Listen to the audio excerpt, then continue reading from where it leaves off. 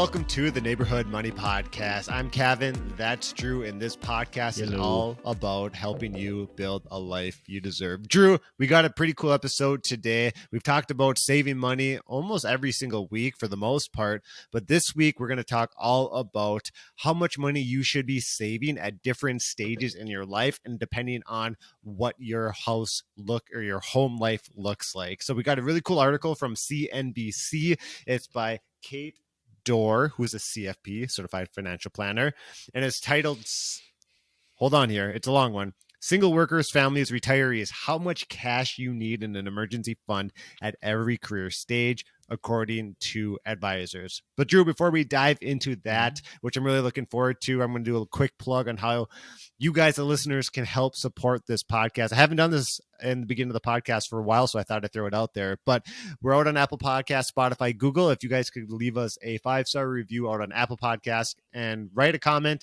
there in a review of the episode, that would be fantastic. We're also on YouTube if you guys are watching us there. If not, check us out. Subscribe to our channel. Like this video if you find any value at all, and let us know where you guys are at. If you're a single household, if you have dual income, if you are in retirement, let us know in the comments where you guys are at and where you fit into where your emergency fund should be. All right, Drew, let's rock and roll with this episode. Absolutely. So we've talked a lot in the past about emergency funds, how much generally you should have 3, 6, 12, 24 months worth of expenses. So maybe we should start there just as like a little recap. When we think about an emergency fund, what exactly is that, Drew? What are those so-called expenses that you should have in cash? Well, I think the most ordinary amounts that you would see would be, say you were an owner of a house and you just had things break around your house that were large dollar amounts. Like say you had a septic that went out, or you had a water heater that went out, or you're driving your car and you need to replace your brakes, or stuff like that, or your daily usage stuff that is part of your infrastructure of your life, but they're not a daily or monthly occurrence. It might be once every couple of years or once every year.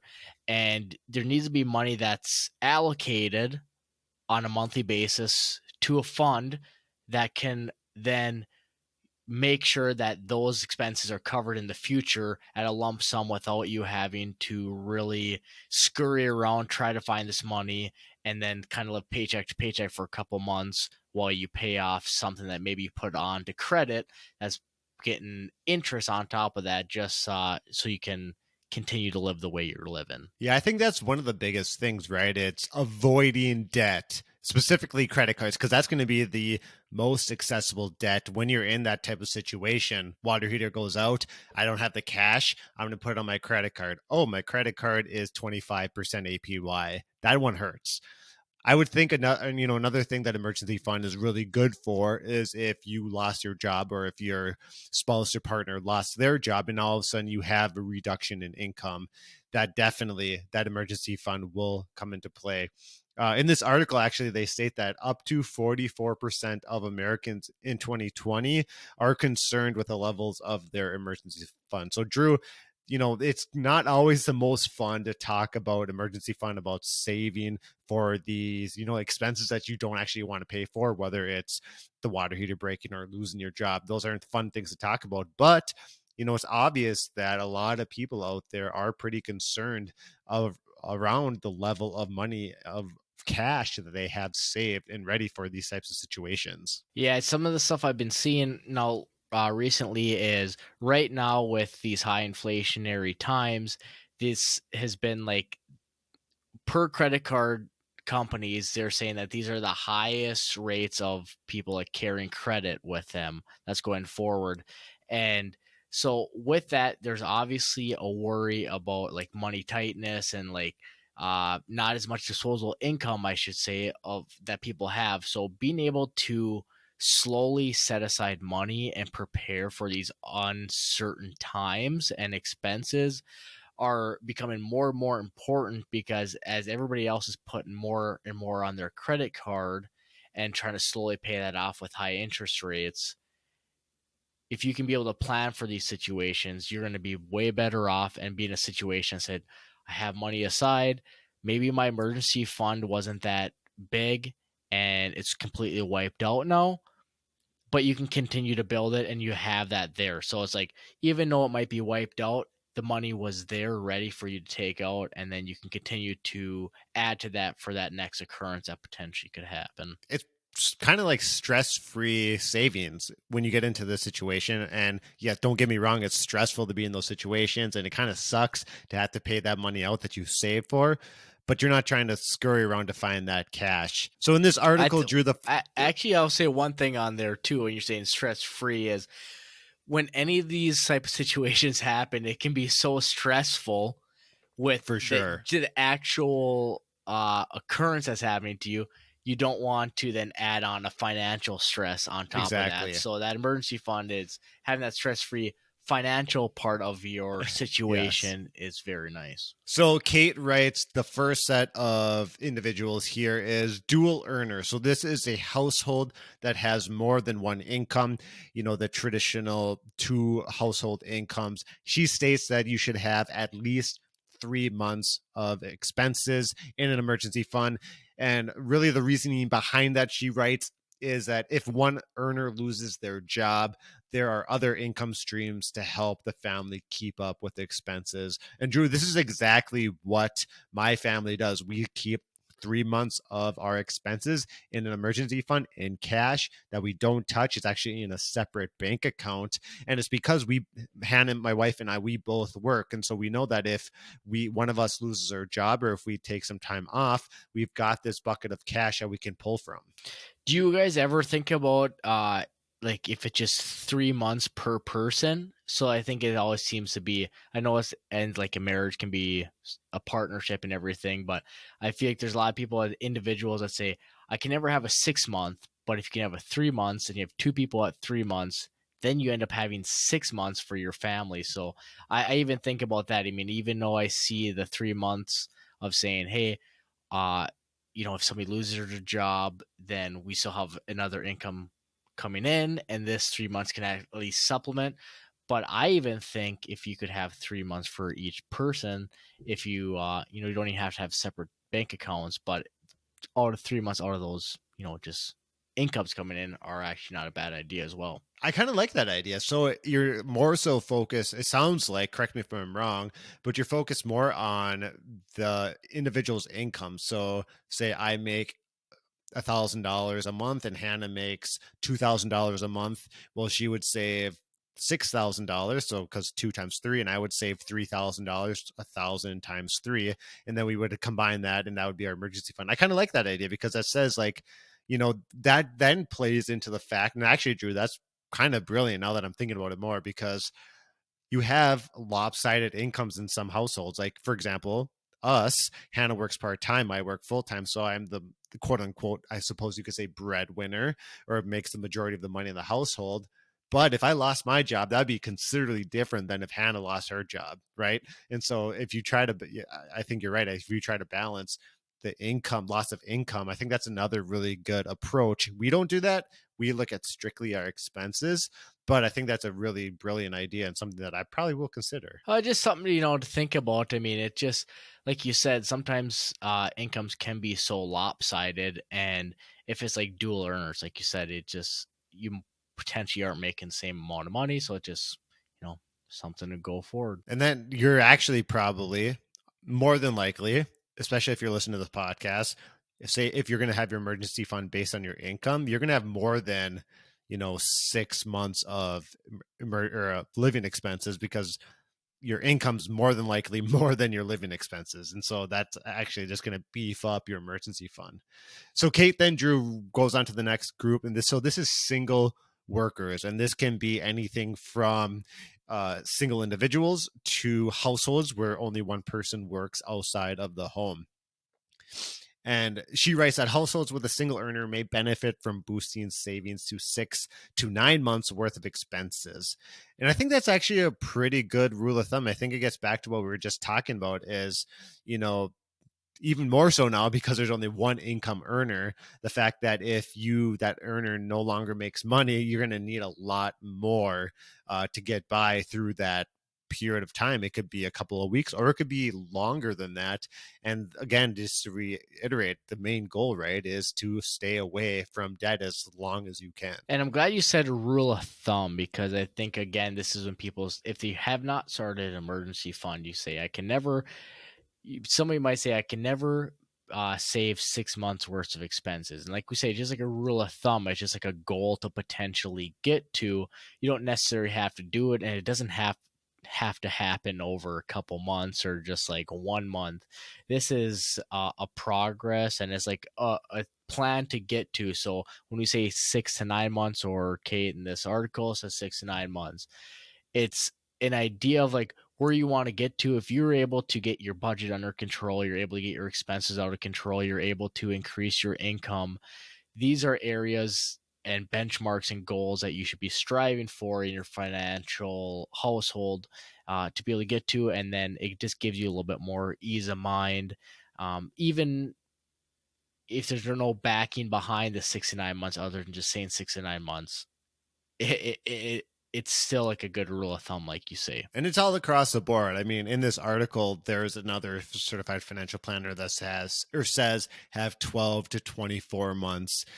Drew, Susie Orman, who is a best-selling author and a personal finance expert, says that you should have 8 to 12 months. So there's a lot of different rule of thumbs out there, but generally speaking, if you have just an individual income household, then I think you need to beef up that emergency fund a little bit more, because you're really just relying on that one.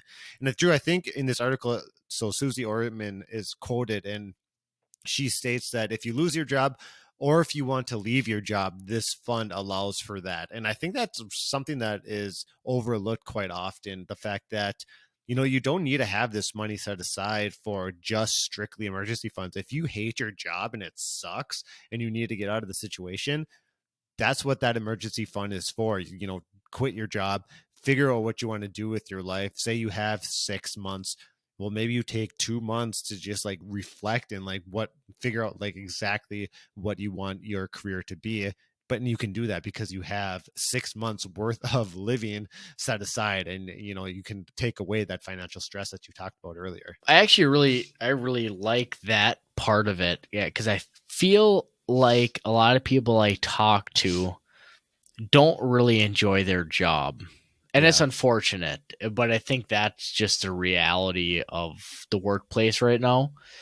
And when you say, "Oh, just like leave your job," and they'd be like, "I can't because I right. have this loan, or I have all these expenses I have to pay for, or I have some kids that are on the way, or I do have kids and they need to make sure I need to make sure that they're there." And having an emergency fund, I think, like you said, it can be very overlooked. And I really like what you said is like it can be that moment for you to give yourself a little bit less stress, saying, I know I can at least make it through the next 6 months or whatever my emergency fund is. And it gives you a process to really throw out a bunch of applications. Even if you don't have Yeah, anything, waiting for you, it gives you a chance to go through a bunch of interviews, really see what you want to do. I mean, you still have to be very productive with your time, because you just don't want the definitely. 6 months to go away and you have Right. nothing to show for it.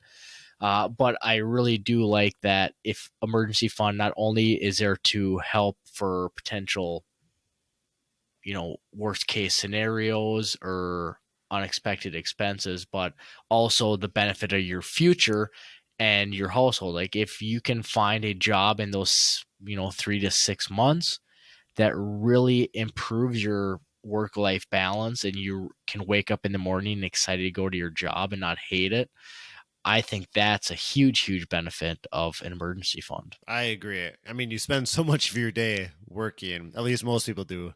Yeah. The traditional 40-hour work weeks, it makes up a lot of Yeah. your time, especially when you think about like you sleep a third of your week. So, It just when you add sucks. in 40 hours of work on top of that, I think it adds up real fast. Yeah, it just really sucks when you hear people talk and they just feel stuck. Like you're voluntarily, I mean, at the end of the day, it's pretty much like a voluntary handshake of saying, you need this work done. I'll do it for you. You're gonna pay me for it. But then people get stuck in that or in a rut, and they just become dependent on that.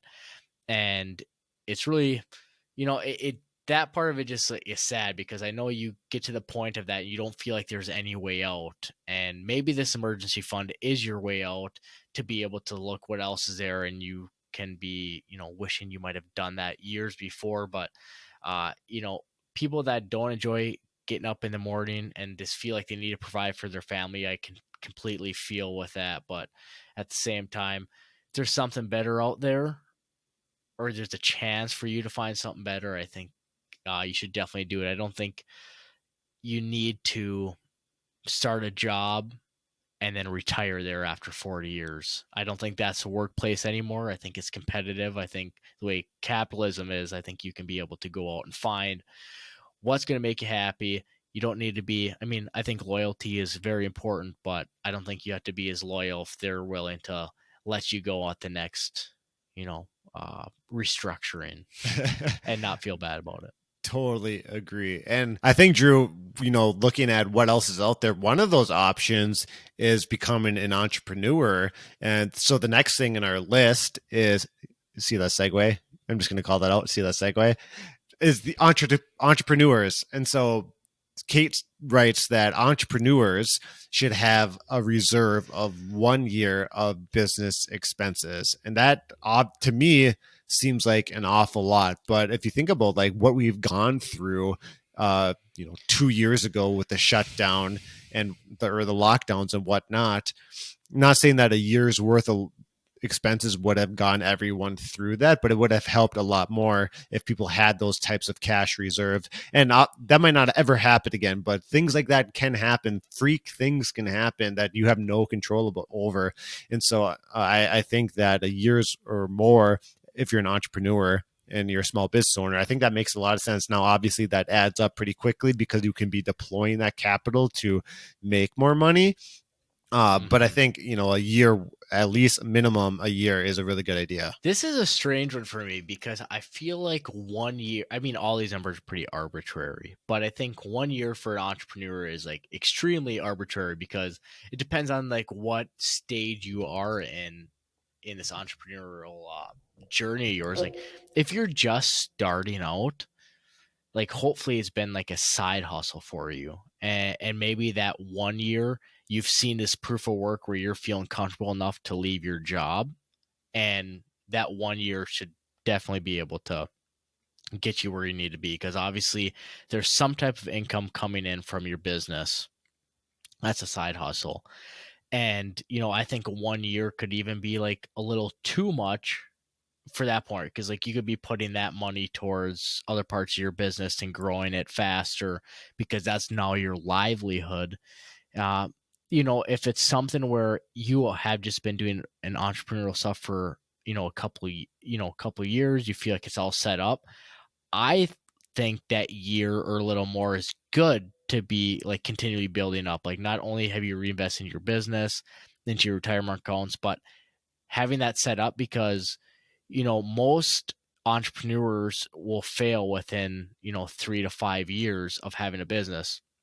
So if you've felt like you have this proof of work, it's doing super well, and you're in those early stages of your entrepreneurial life, having that 1 year or more is like great because it gives you a chance if the business does not go the way you want it to go, and like something happens and your business is done right now, you have no more income. And having a year to be able to figure out whether it's your next business idea or whether it's you should find in some other job just until you can make it to the next thing, I think is like really important. So for me, it's like this 1 year reserved for an entrepreneur seems, it just, to me, it all depends on what stage you're in. I think if you're really early, I think you're kind of already having income coming in. That 1 year might not be as big of a deal.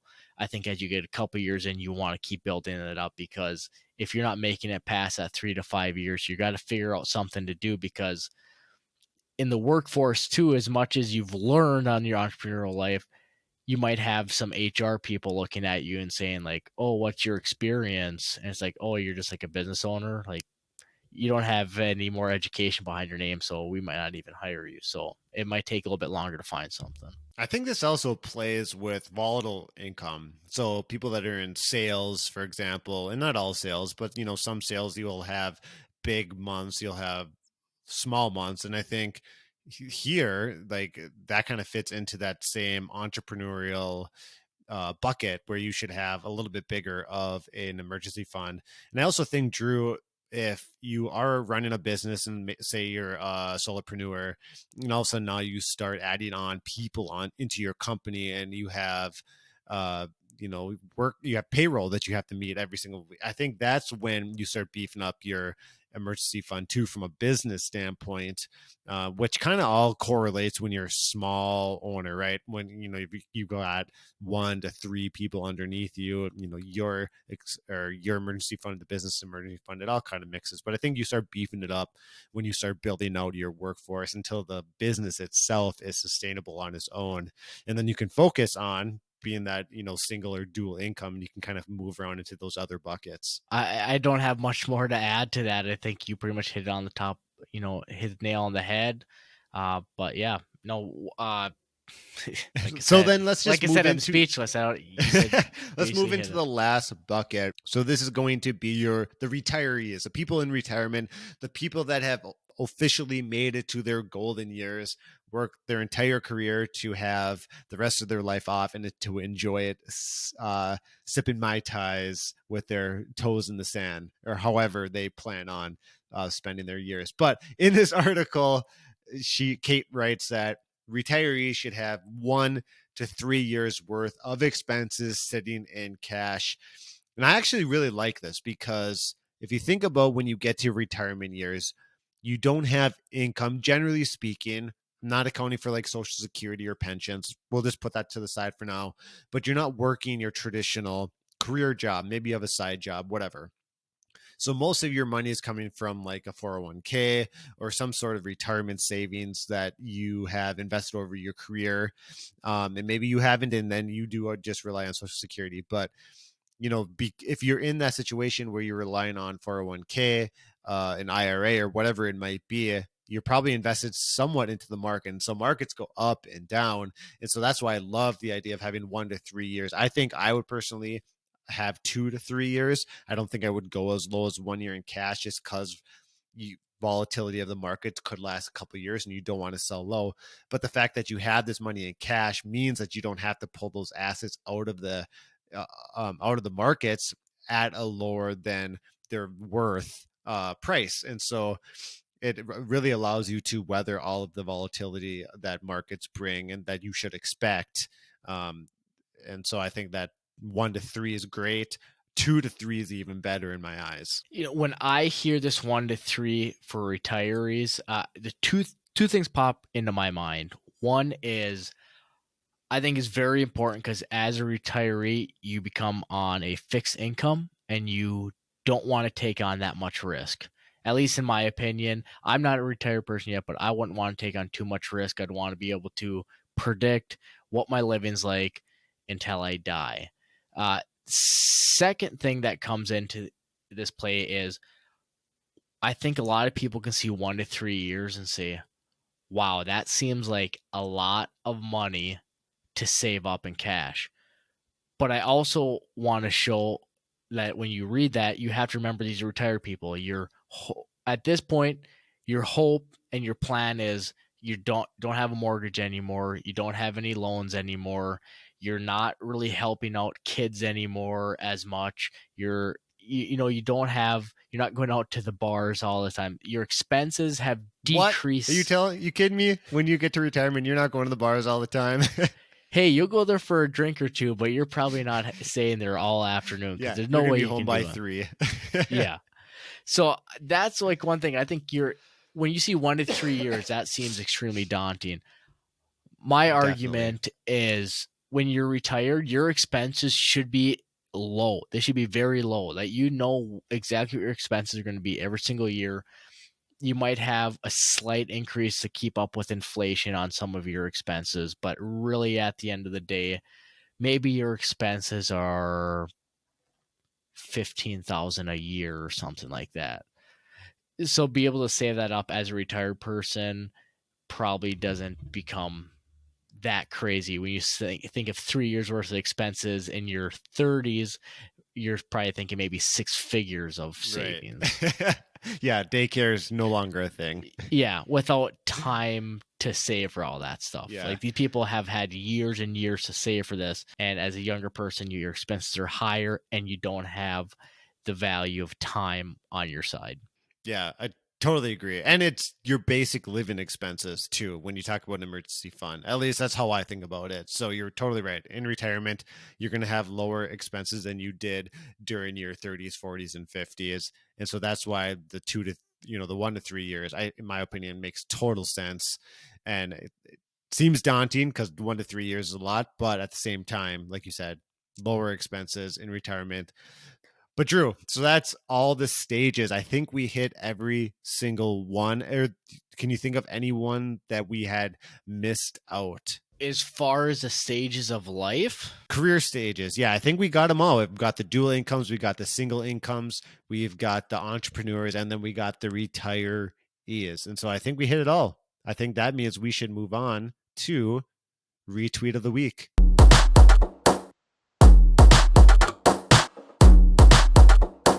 I think I'm going to bring up two. And Nice. one is that I'll start off with is probably relevant to our savings. And the second one will be relevant to what's happening today on September 8th of 2022. So the first one is there's a on Twitter for the retweet. It says, thanks to inflation, Gen Z and millennials will now need $3 million in retirement savings to live comfortably, per this Wealthcare Financial. That one to me just like really sticks out because Yeah. I feel like, and this is anecdotal evidence for me, but people I talk to that are trying to retire, they always try to beef up their retirement to $1 million. They just feel like Yeah. there's this That's like the arbitrary golden number number. of $1 million. I'm a millionaire. If I Yeah. get to that number, I can live comfortably. And that is not going to stand the test of the time for Gen Z and millennials. It's currently $3 million. So you need to be a Right. couple millionaire to live comfortably. Yeah. So if you're having $1 million at retirement for our generation and the generation below us, you're still going to have to be trying to figure out what you want to Yeah. do for That your last years of your life. I also saw this too, and I was like, dang, because like you're totally right. The $1 million mark is like, I'm a millionaire, I've made it, right? Where I think that, if we use the 4% rule, which is basically you can withdraw 4% of your retirement savings and have a very high chance of it never running out in your retirement. $1 million means that you can have $40,000 per year. If you put it in those terms, that don't get me wrong, 40,000 is, really good living. But if you've got a household of two and you're bringing in 40,000 and we're talking, 20, 30, 40 years from now, that's probably not going to cut it. Like that's going to be not a lot. And so now you're talking 3 million with a 4% rule, you're talking 120 grand, which right now probably sounds like a lot to a lot of people.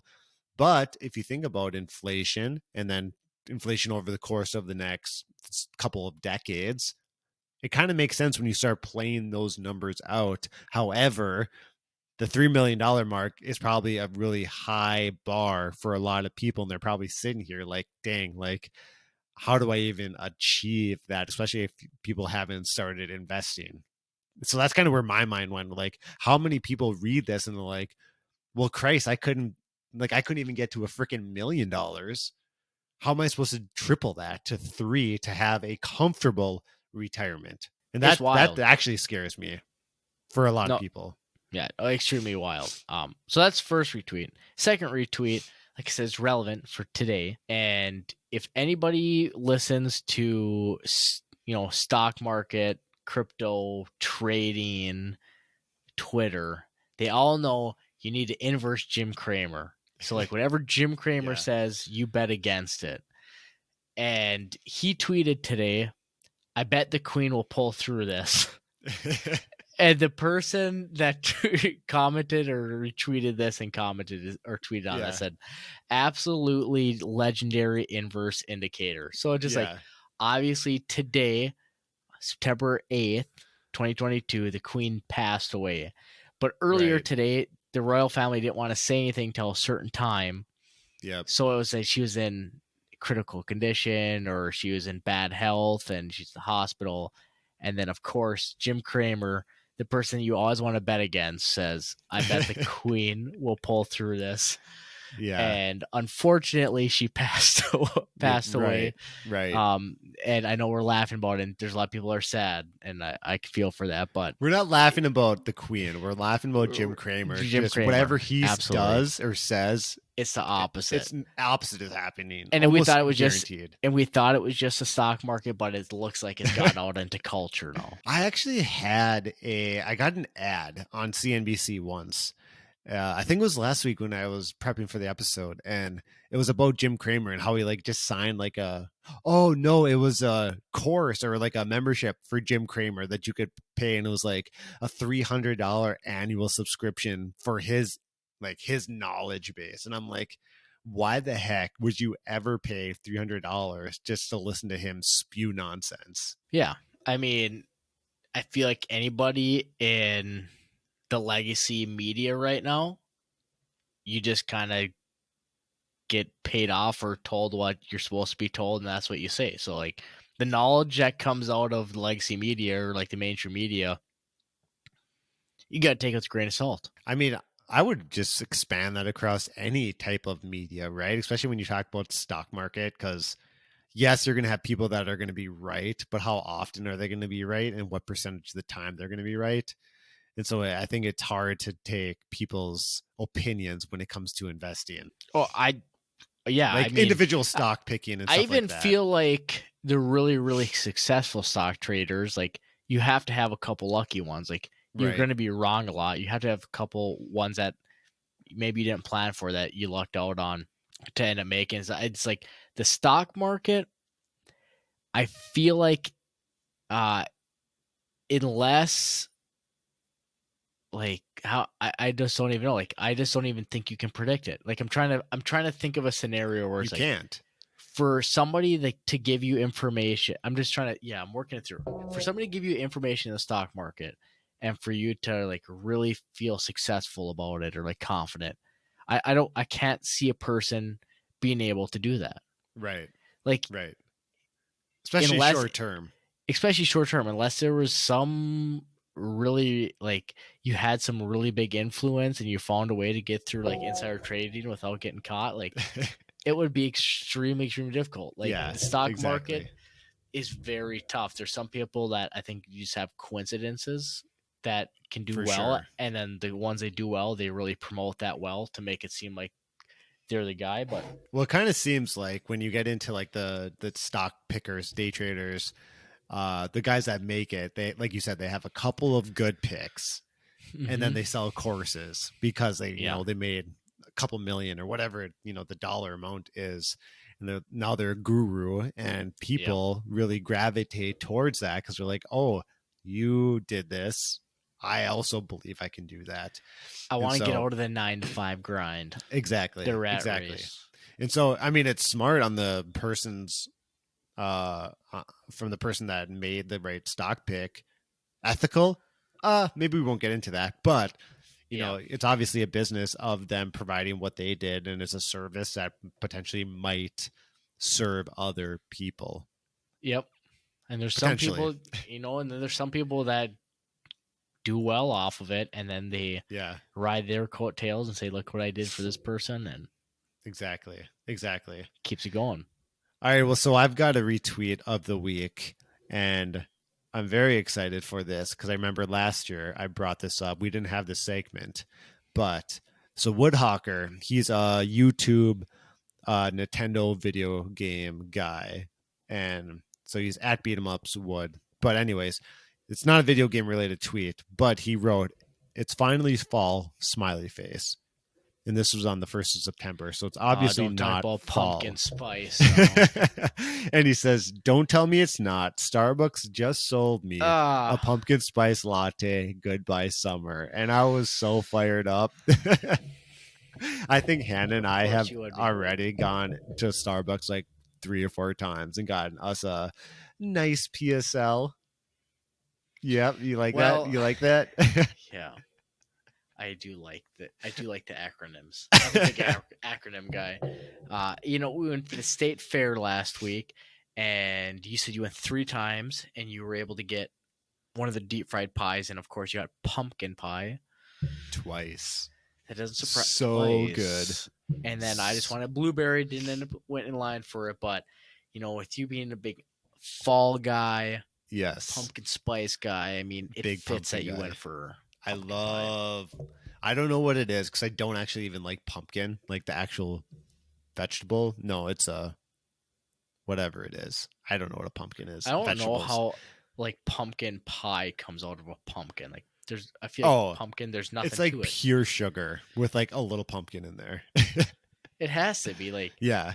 I feel like that's like you'd be eating a watermelon rind. Like watermelon rind pie is like what pumpkin pie seems like to me. My kids love pumpkin though. It's really weird.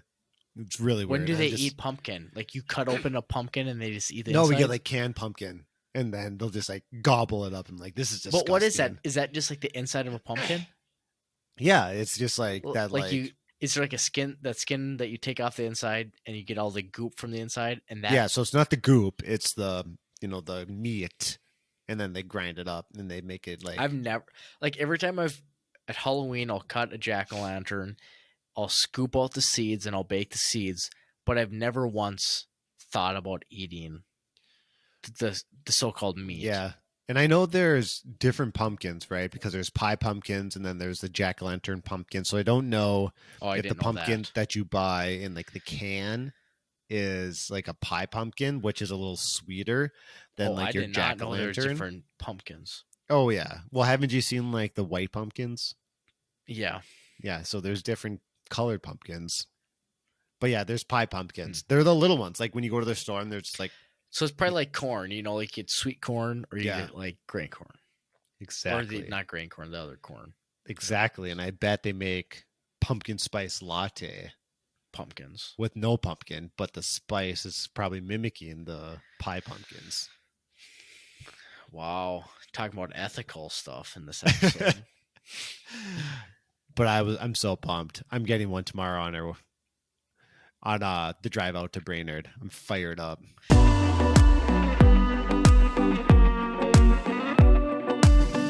Yeah, I feel like this would be a good segment into the what's going on in the neighborhood. Is there just been like I feel like a lot going on this week. So yeah, Cavan and I, for the listeners, we're going to a bachelor party this weekend. Whoop whoop. Yeah, pretty excited for it. So we had that going on. The queen died today. If you're in the crypto world, there's a big fiasco with Luna. I mean, it's having a little bit of a rally right now. So, like, that's huge on Twitter right now. Yeah.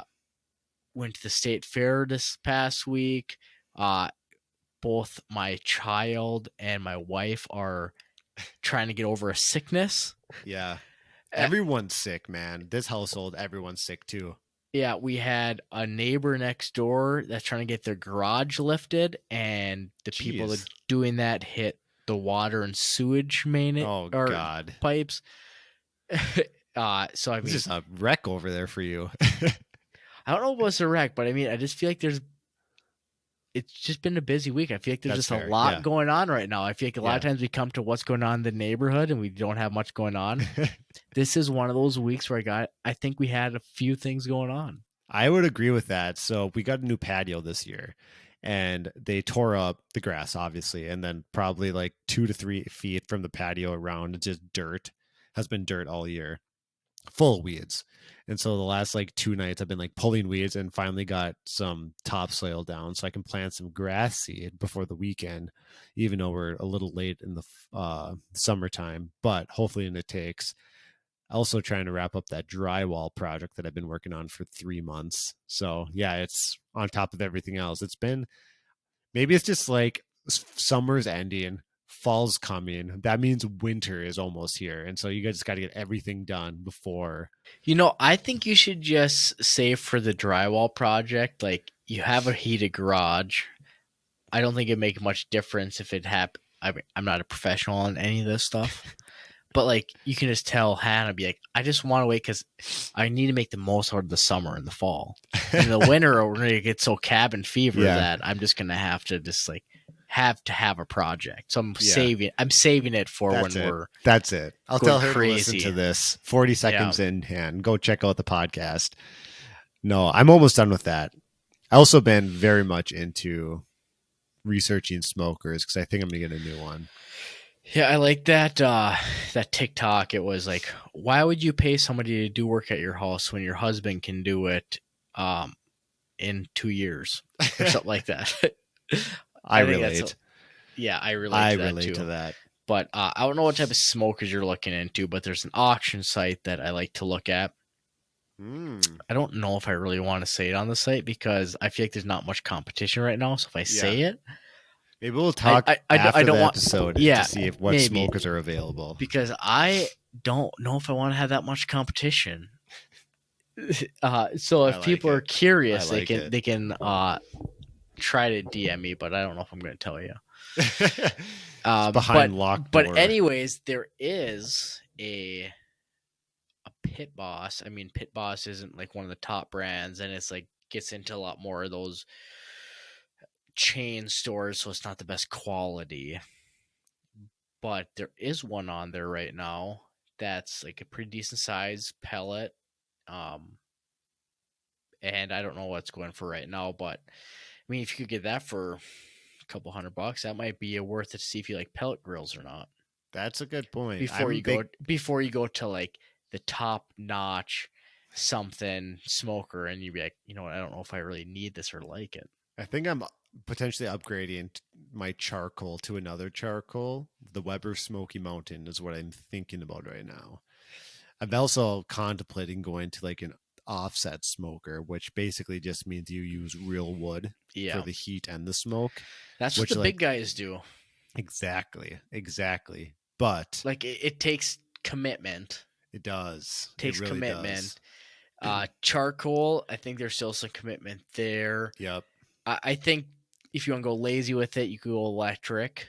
Is that electric or propane or whatever? And like those pellet grills and all that have like the electric auger. Those ones are pretty hands off. But like, I don't know. There's something in me that says if I'm smoking something, I want to be like, I want to know how it works. I want my hands in it the whole time. I want it so if my smoker shits out, I can make one out of like a filing cabinet because I know how smokers work. Exactly. I want people to taste the food and so they can taste like my work, not the pellet. When the world goes to shit, I can still smoke because I have an offset with wood. That's all that matters. Is when the world goes to shit, I can still smoke. Perfect. All right, man. I think that's a good episode. A good way to end it. Yeah, so I think we can wrap things up here. We had an episode today going over another CNBC article. We tend to like their articles. They have some good ones on there. Just about beefing up that emergency fund and where you are in your life, whether it's a dual income, single, entrepreneur, or retiree. So there's different levels to all these. So these are things to think about at what stage of life you are. And I hope this episode brought some value or made you start thinking about where you should potentially be for emergency fund. You don't necessarily need to be at these numbers. These are rule of thumbs. And it's just a way for you to think of saying, this is where I can be a little bit more comfortable, then I can maybe work my finances around to get myself to that point over a period of time. Doesn't have to be overnight, obviously. But anyways, we hope this added some value to you. We hope you guys like this episode. If you want to know anything else in the future, just let us know in the comments below. And with all that said, we will see you guys next week in the neighborhood.